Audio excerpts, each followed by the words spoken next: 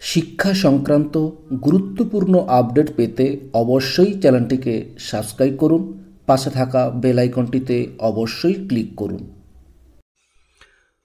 নমস্কার, আপনি দেখছেন শুভেন্দু একাডেমিক ইউটিউব চ্যানেল। প্রাথমিক বিদ্যালয়ের শিক্ষক শিক্ষিকাদের জন্য ছুটি সংক্রান্ত খুবই গুরুত্বপূর্ণ একটা আপডেট। বিভিন্ন ডিপিএসসি থেকে খুবই গুরুত্বপূর্ণ নির্দেশিকাগুলো জারি করা হচ্ছে। যেমন দেখুন, office of the Jhargram district primary school council থেকে একটা গুরুত্বপূর্ণ নির্দেশ জারি করা হয়েছে।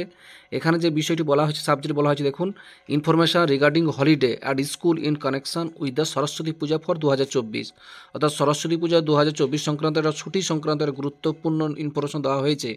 এখানে বলা হয়েছে, all SI are requested to inform all head primary school, junior basic school under DPSC Jhargram that school will remain open on 13ই ফেব্রুয়ারি 2024 থার্সডে। এখানে বলা হয়েছে আগামীকাল 13 তারিখ স্কুল খোলা থাকবে বলে জানানো হয়েছে।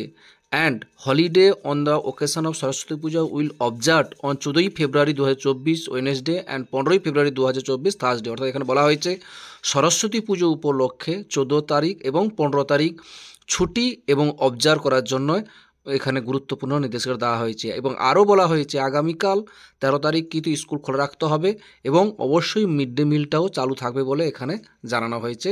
ঝাড়গ্রাম ডিপিএসসি থেকেই গুরুত্বপূর্ণ নির্দেশিকাটি দেওয়া হয়েছে। এবং দেখুন, দক্ষিণ দিনাজপুর জেলাতেও ঠিক জেলা প্রাথমিক বিদ্যালয় সংসদ দক্ষিণ দিনাজপুর, দেখুন এখানেও সেই ঠিক একই কথাই বলা হয়েছে। অর্থাৎ 13 তারিখের যে ছুটিটা ছিল, ওটা 13 তারিখ ছুটি থাকছে না, স্কুল খোলা থাকছে, ছুটি থাকছে 15 তারিখ। আর 14 তারিখ পুজো, 15 তারিখ স্কুল ক্লোজ বলে এখানে জানানো হয়, দেখতে পাচ্ছেন। এই রিগার্ডিং হলিডে সরস্বতী পুজো উপলক্ষে এখানে বলা হয়েছে। ঝাড়গ্রামটা বলা হলো। এখানে দেখুন একই কথা বলা হয়েছে, জলপাইগুড়ি জেলা থেকেও একই কথাই বলা হয়েছে, রিশিডিউল করা হয়েছে।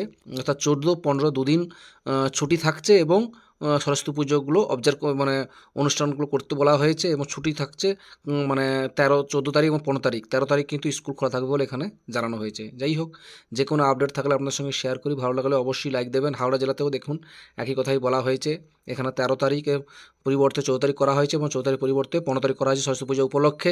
এবং ওই ছুটিটা থাকছে না, 13 তারিখ ছুটিটা থাকছে না, ওটা থাকছে 15 তারিখ, অর্থাৎ 14-15 দুদিন ছুটি থাকছে বলে এখানে জানানো হয়েছে। যাই হোক, ধন্যবাদ, সকলে ভালো থাকুন, সুস্থ থাকুন।